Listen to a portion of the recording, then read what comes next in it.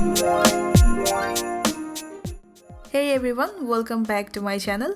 আজকে কোনো special recipe share করছি না, তবে আমাদের বেশিরভাগ রান্নারই খুব গুরুত্বপূর্ণ একটা উপাদান যেটা হচ্ছে আদা রসুন বাটা বা আদা রসুনের পেস্ট। সেটা কেমন করে বানিয়ে আপনারা অনেক দিন পর্যন্ত সংরক্ষণ করতে পারবেন সেই বিষয়টাই আপনাদের সাথে শেয়ার করব।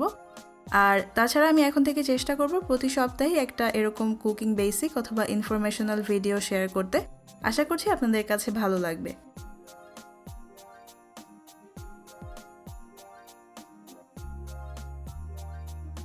আদা আর রসুনটাকে আমি সবসময় একসাথেই ব্লেন্ড করি, আর এজন্য আমি আদা এবং রসুন দুটোই সম পরিমাণে নেই, কোনোটা কম অথবা কোনোটা বেশি না। এখন আদা রসুন ছিলে আমি ভালোভাবে ধুয়ে নিয়েছি। এখানে প্রায় 1.5 কাপ আদা আর 1.5 কাপ রসুন হয়েছে। আর আদাটাকে আমি এরকম ছোট ছোট করে কেটে নিয়েছি। আদা অবশ্যই ছোট করে কেটে নিতে হবে, তা না হলে ব্লেন্ড করার পরে বা বাটার পরে এর মধ্যে আঁশ থেকে যাবে। এখন একটা ব্লেন্ডারে জারে আমি প্রথমে রসুন তারপর আদাটা নিয়ে নিচ্ছি। আর আমি এখানে সবটুকুই একসাথে ব্লেন্ড করে নিচ্ছি, তবে আপনাদের ব্লেন্ডার যদি ছোট হয় তাহলে আপনারা অল্প অল্প করে ব্লেন্ড করে নিতে পারবেন। আর ব্লেন্ডার না থাকলে আপনারা কিন্তু এটা পাটায়ও বেটে নিতে পারবেন। এখন আমি এখানে লবণ অ্যাড করছি 2 চা চামচ, আর রেগুলার রান্নার তেল অ্যাড করছি 2 টেবিল চামচ। এখন এটাকে আমি খুব ভালোভাবে ব্লেন্ড করে নেব। চেষ্টা করবেন একদমই পানি অ্যাড না করে ব্লেন্ড করে নিতে, তবে যদি একদমই ব্লেন্ড করা না যায় সেক্ষেত্রে 1 টেবিল চামচ বা খুব সামান্য পানি অ্যাড করে তারপর ব্লেন্ড করে নিতে হবে। আর ব্লেন্ড করার সময় একটা চামচ বা নাড়ানি দিয়ে কিছুক্ষণ পরপর আদা রসুনগুলোকে একটু নেড়ে চেড়ে দিতে হবে। আমি এখন এখানে অল্প করে একটু পানি অ্যাড করে নিয়েছি। কিছুক্ষণ ব্লেন্ড করে ব্লেন্ডার বন্ধ করে নিয়ে আবার কিছুক্ষণ ব্লেন্ড করে নিতে হবে। আর এভাবে আদা রসুনটা একদম স্মুথ হয়ে যাওয়া পর্যন্ত ব্লেন্ড করতে হবে।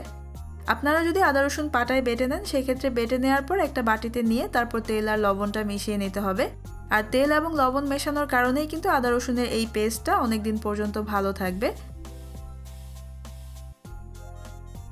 এখন আদা রসুন বাটা যে কোনো এয়ারটাইট বক্সে ভরে নর্মাল ফ্রিজে রেখে দিলে 3 থেকে 4 সপ্তাহ পর্যন্ত রেখে আপনারা এটা ইউজ করতে পারবেন। তবে বেশি দিন সংরক্ষণের জন্য এটা ফ্রোজেন করতে হবে। আর ফ্রোজেন করার জন্য আমি এখানে একটা আইস ট্রে নিয়ে এর মধ্যে আদা রসুন বাটা নিয়ে নিচ্ছি।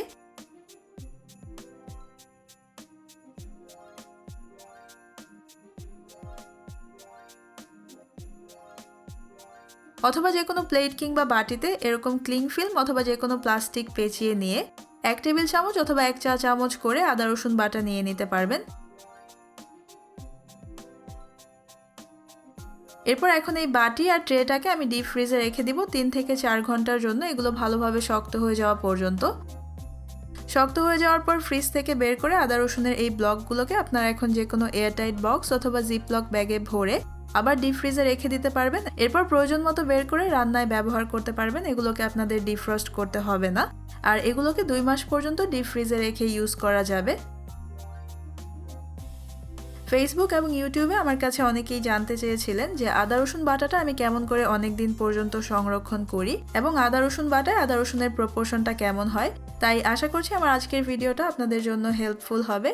আর আমার আজকের ভিডিও দেখার জন্য আপনাদের সবাইকে অনেক ধন্যবাদ। সবাই অনেক ভালো থাকবেন। আল্লাহ হাফেজ।